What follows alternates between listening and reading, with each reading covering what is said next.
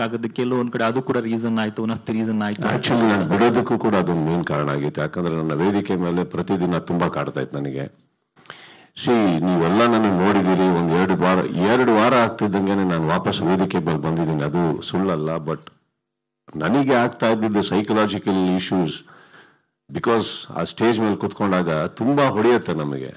ಪ್ರತಿ ವಾರ ಅವ್ರು ನೋಡಕ್ಕಿಲ್ಲ, ಅಷ್ಟು ಪ್ರೀತಿಯಿಂದ ನೋಡೋರು. ನನಗೆ ಬಿಗ್ ಬಾಸ್ ನೋಡಿ ಒಂದು ವೀಕೆಂಡ್ ಆಗ್ತಿದ್ದಂಗೆ ಹೋದ್ರೆ ತುಂಬಾ ಕಾಲ ಹೊರತಿಕ್ಕಲ್ಲಿ ಏನ್ ಇಷ್ಟ ಆಯ್ತು ನಿನಗೆ, ಅದು ಇದು ತುಂಬಾ ಮಾತಾಡೋರು. ಅದೇನಾಗಿದೆ, ನನಗೆ ತುಂಬಾ ಹೊಡಿತು ಸರ್ ಅದೆಲ್ಲ. ನನಗೆ ಏನೋ ಒಂಥರ ಮೂಡ್ ಹೊಟ್ಟೋಯ್ತು, ನನಗೆ ಸಾಕು ಅನ್ನಿಸ್ತು.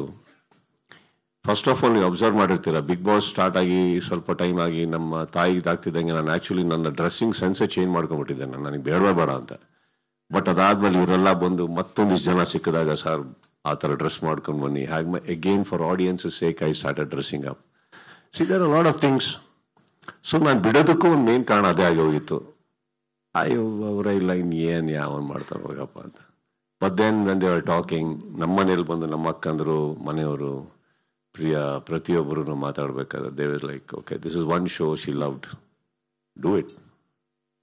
Again that became a reason, ಮಾಡೋಣ ಅವ್ರಿಗೋಸ್ಕರ ಅಂದ್ಬಿಟ್ಟು ಅಷ್ಟೇ.